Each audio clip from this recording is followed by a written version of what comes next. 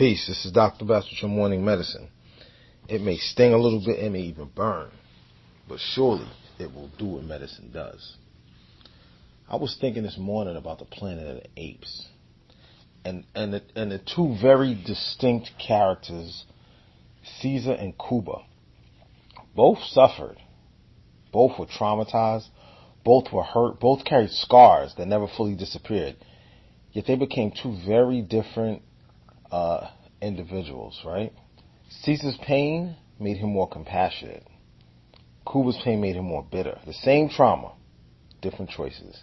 And it got me wondering, how many of us are standing at that same crossroads today? Not because we're apes, not because we're in a movie, but because we're human. And every one of us has been hurt by something. Some of us were introduced to pain through childhood, some through violence, some through prison, some through addiction, some through divorce, some through betrayal, some through poverty, some through grief, some through burying people we loved. I know something about all of that. Prison introduced me. The loss of my son, Rahimullah, introduced me. The loss of my brother, Rahimullah, introduced me. Divorce introduced me. Failure introduced me. Disappointment introduced me. There were moments when life hit so hard that bitterness felt easier than healing. Moments when anger felt safer than vulnerability. Moments when isolation felt safer than connection. Moments when building walls felt safer than building relationships. And a lot of times we get stuck in that. We put walls around ourselves thinking it's safety. And really it's isolation. And the Surgeon General has said that isolation is a public health epidemic. Isolation kills. And it's worse than smoking cigarettes. And we all know the damage of smoking cigarettes. Maybe you've been there too. Maybe you're there right now. Because pain has a way of making promises. Pain will tell you, don't trust anybody.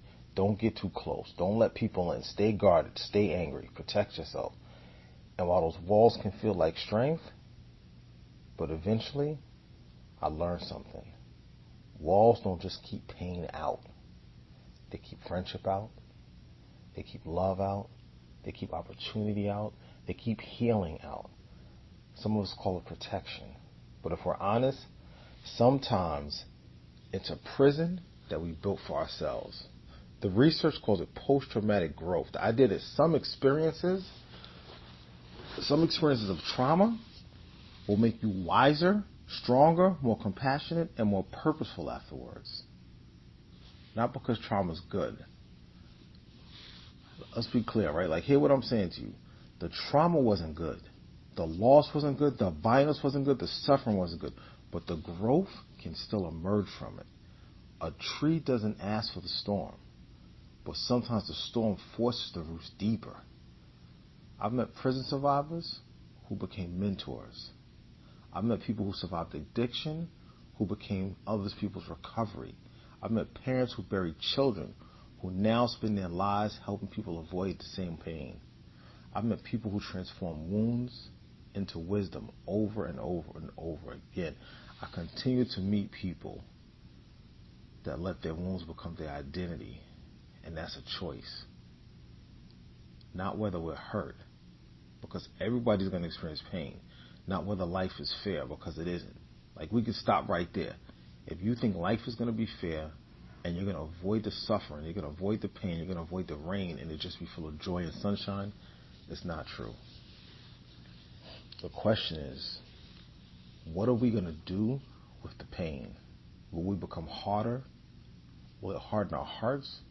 Or will we become wiser? Will we become more isolated or more connected? Will we become more suspicious or more discerning? Will we become bitter or more compassionate? Because here's what I've learned. The people I admire the most aren't the people who avoided suffering. They're not the people that had the easy, soft life their entire lives. They're the people who suffered and still found a way to love, still found a way to care, still found a way to believe, still found a way to remain human. Nelson Mandela spent 27 years in prison. And he walked out with reasons to hate, yet he chose reconciliation. Caesar, I know it's a movie. I know it's fictional. But there's those stories there, right? He had reasons to seek revenge, yet he chose mercy. And every day, we're given the same opportunity. Not on the world stage, not in a movie, right here in our homes, in our marriages, in our friendships, in our communities, in our hearts. Trauma introduced us, but choice separates us.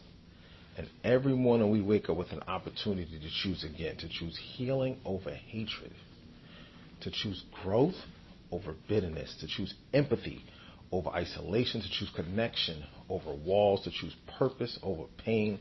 That choice will not change what happened yesterday, but it can absolutely change tomorrow. Pain introduced many of us, but it does not have to define you. Trauma may explain your scars. You can't wipe them away, right? But healing will determine your future. Choose wisely. Keep an open heart. And keep going. This is Dr. Batts with your morning medicine. And I'll see you tomorrow.